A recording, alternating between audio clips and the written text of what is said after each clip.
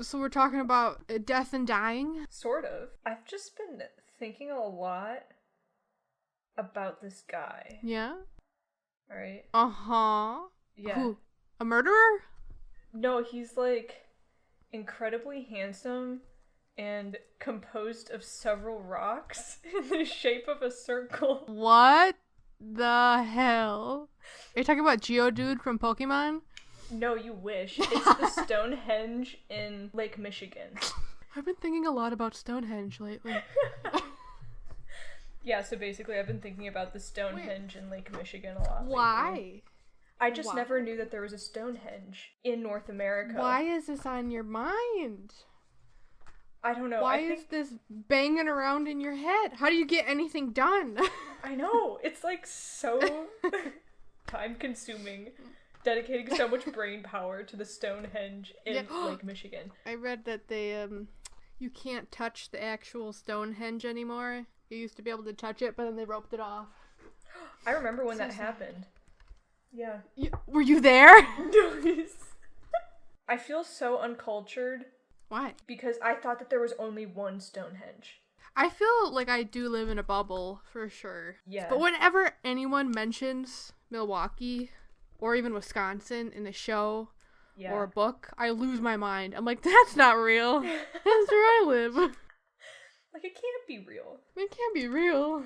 The fact that anything of archaeological value being in the Midwest, like, what? Wait, I don't get it. Is it a tourist attraction? Like, is it a campy, like, copy? Or is it ancient? It's potentially older than the Stonehenge. No. I'm not. So it was built by, like, Native Americans? No, it was, like, built by, like, the predecessors to the Native Americans. Like cave people? Almost, yeah. Where did you read this? What are your sources? Dude, okay, so it was discovered in 2007. Nothing good ever came out of 2007. I know, like, come on. But it was discovered by a professor in underwater archaeology. Like, what a cool discipline. I love that. It's so incredible. Like, the thought of going into, like, shipwrecks terrifies me. Oh yeah. The bottom of the ocean scares the crap out of me. Yeah. It's terrifying, and, like, the algae just makes it so much worse. Algae. I'm not worried about the algae. I'm worried about, the alien sea monsters. Oh my gosh. Oh, but in 2007, it was discovered by Mark Hawley. Of course. I found Mark Hawley's blog. He's got a WordPress and everything dedicated to the Stonehenge in Lake Michigan. Oh, thank God. And the thing is that I read one of his articles after having done all of this research, and his article straight up started with, like, what you've heard about the Stonehenge in Lake Michigan is probably wrong. And I was like, oh shit, I just dedicated like, so much time to researching this.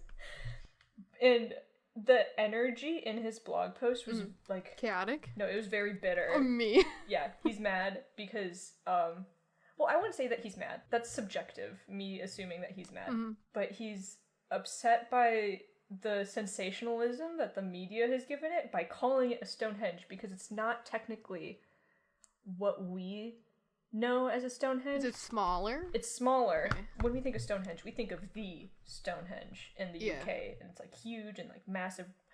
I think they're called megalithics, like megalithic circles. That's the name of like those huge stones. That's what we picture when we hear Stonehenge. But the one in Lake Michigan is smaller, and there is a central circle, but then there's a line of rocks that goes on for over a mile. Wait. I think I zoned out a little bit there. This Stonehenge is at, like, the bottom of the lake? Yes. Yeah. Why? Who put it there? I thought this was in a field. What? No, it's in Lake Michigan, off of the coast of Michigan. Funny enough. Coincidental. It's near Traverse City. No idea. Traverse City is like across from Green Bay. All right. Okay. And Mark Hawley was like hired to do some scanning of the lake floor when he found the stones, of course. Yeah. He like got in contact with someone who had also found another circular Stonehenge in Lake Huron. What? Hey, future Sarah here with another tidbit that I forgot to mention to Marky. The Lake Huron Stonehenge also has that long line of stones, and it's thought to be used for herding caribou back in the day. And that one has been researched more thoroughly than the one in Lake Michigan. Like, the Lake Michigan one, what is out there now from 2007 is pretty much all we know about the Michigan one, because Michigan refuses to give more funding to the archaeological... This is the most important thing. I know, it is the most important. Throw all the money at it. I know. And, like, the thing is that the people who are qualified to go down there and, like, figure out what the heck is going on, they aren't divers. They would need training before they could ever go down. Yeah. After that first discovery, it was later found out that one of the stones near the middle, I think, has a carving on it in the shape of a mastodon, which went extinct 10,000 years ago. Okay. Hell yeah. And look, okay, I'm gonna lay out the timeline. Are you ready for this? Okay. Yeah. So the mastodon went extinct about 10,000 years ago, which was around 8,000 BC. So it's like a bit obscure when it happened because they haven't been able to do carbon dating. Yeah. And just for scale on that timeline, the Stonehenge that we know of was like 3,000 BC. Okay.